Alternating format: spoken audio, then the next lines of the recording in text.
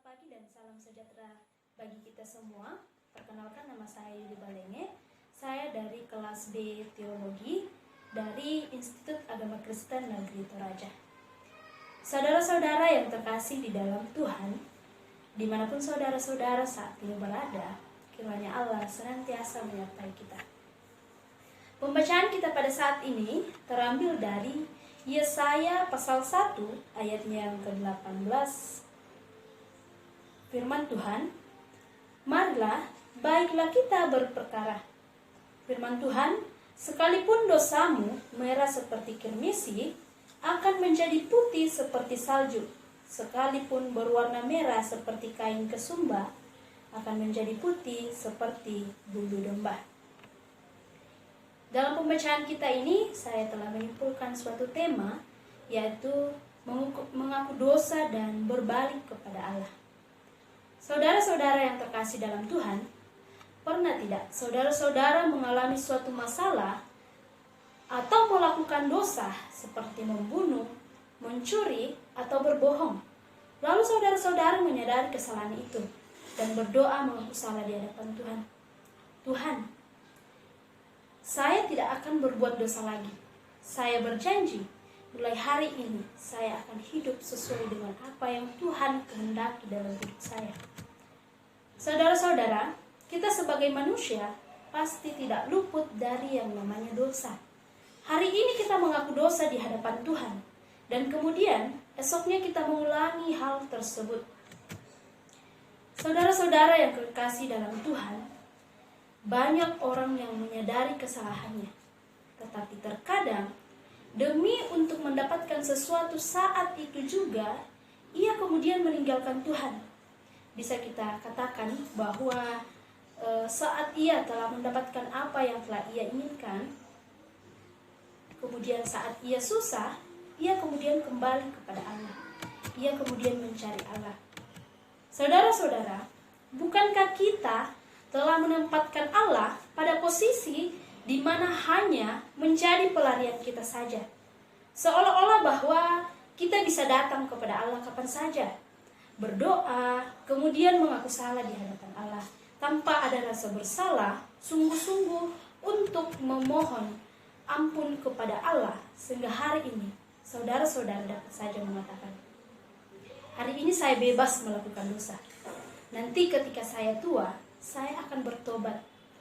Pertanyaannya, apakah saudara-saudara yakin dosa kita akan diampuni oleh Allah? Dalam pembacaan kita tadi, dalam Yesaya pasal 1 ayat yang ke-18, Allah mengampuni dosa kita. Dikatakan dalam ayat ini, sekalipun dosa kita berwarna merah seperti kain kesumba, akan menjadi putih seperti bulu domba. Kita menyadari bahwa Allah telah mengampuni dosa kita dengan mengorbankan dirinya di atas kayu salib. Kita telah ditebus oleh Allah melalui darahnya yang kudus, dan Allah telah mendamaikan kita dengan dirinya. Tetapi saudara-saudara, kenyataannya dalam kehidupan kita sekarang ini, perbuatan dosa telah menjadi sesuatu hal yang biasa saja, sehingga banyak kejahatan yang dapat terjadi di dalam sekeliling kita dalam kehidupan kita. Sebab mereka bukan lagi mencari Tuhan, melainkan untuk mencari kekuasaan atau uang. Terkadang kita akan mencari Tuhan ketika kita sedang susah, tetapi saat kita senang, beberapa orang akan melupakan Tuhan dalam hidupnya. Kita sering mendukakan hati Tuhan dan menganggap kasih Allah itu akan menerima, akan mengampuni kita saat saudara-saudara menganggap Allah tidak akan mengetahui hati saudara-saudara, sehingga Anda menyia-nyiakan kesempatan yang Tuhan berikan bagi kita. Saudara-saudara, apakah Allah akan menunggu kita bertobat, lalu Ia akan memanggil kita? Jawabannya adalah tidak.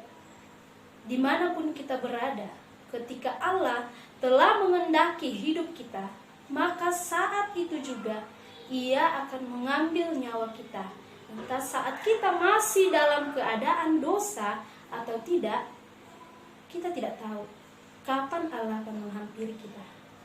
Allah tidak akan menunggu kita bahwa Ia akan memanggil kita saat tua nanti. Sehingga saat ini, saudara-saudara atau kita semua bebas untuk melakukan dosa di masa muda kita. Dalam Roma pasal 6 ayat 23, sebab upah dosa ialah maut, tetapi karunia Allah ialah hidup yang kekal dalam Kristus Yesus Tuhan kita. Saudara-saudara yang terkasih, dalam Tuhan, upah yang akan kita dapatkan ketika kita melakukan dosa dalam pembacaan kita ini ialah maut. Kita akan beroleh dalam siksaan yang kekal. Oleh sebab itu, saat ini saya mau mengajak saudara-saudara untuk mempergunakan kesempatan ini untuk mengakui dosa di hadapan Tuhan dengan sungguh-sungguh di hadapan Tuhan, berbalik kepada Tuhan, maka Allah akan memulihkan kehidupan kita. Saudara-saudara yang sama-sama dikasihi dalam Tuhan, mari kita bandingkan kedua tokoh dalam Alkitab. Kita ambil dari kehidupan Petrus dan Yudas. Kehidupan Petrus dalam Matius 26 ayatnya yang ke-34 sampai ayatnya yang ke-35, Petrus membuat janji dengan Allah. Ia tidak akan pernah menyangkal Yesus. Tetapi dalam ayatnya yang ke-69, saat itu juga Petrus menyangkal Yesus. Sedangkan kisah Yudas dalam Matius 27 ayat 3, Yudas menyesal setelah mengkhianati Yesus. Lalu ia mengembalikan uang 30 perak itu kepada imam-imam kepala dan tua-tua. Saudara-saudara yang terkasih dalam Tuhan, dalam Markus 14 ayat yang ke-72, Petrus menyesali perbuatannya. Ia bersedih dan menangis terseduh-seduh saat itu. Saat ia mengingat perkataan Yesus di mana Petrus akan menyangkalnya. Dan hal itu terbukti. Jika kita lihat dalam kedua tokoh ini sama-sama melakukan dosa kepada Allah.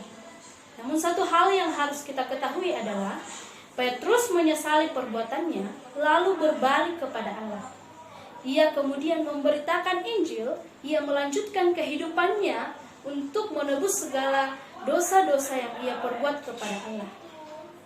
Sedangkan Yudas dapat kita lihat dalam Matius 25 ayatnya yang kelima, Yudas pada saat itu melemparkan uang itu ke dalam bait suci, lalu ia pergi dari situ dan menggantung diri.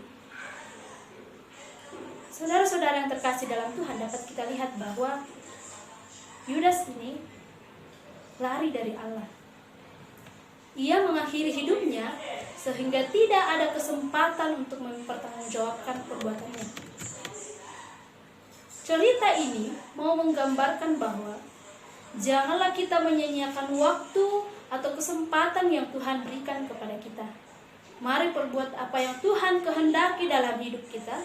Dan jika saat ini, jika saudara-saudara melakukan dosa, mari mengakui dosa itu dengan sungguh-sungguh di hadapan Allah, maka Allah akan memulihkan kehidupan kita. Mari undang Tuhan dalam hidup saudara-saudara, memohon tuntunan Roh Kudus untuk menuntun, memberkati dan melindungi kita dalam menjalani kehidupan ini. Terpujilah Kristus dan firman-Nya, dan kita semua diberkati oleh-Nya. Amin.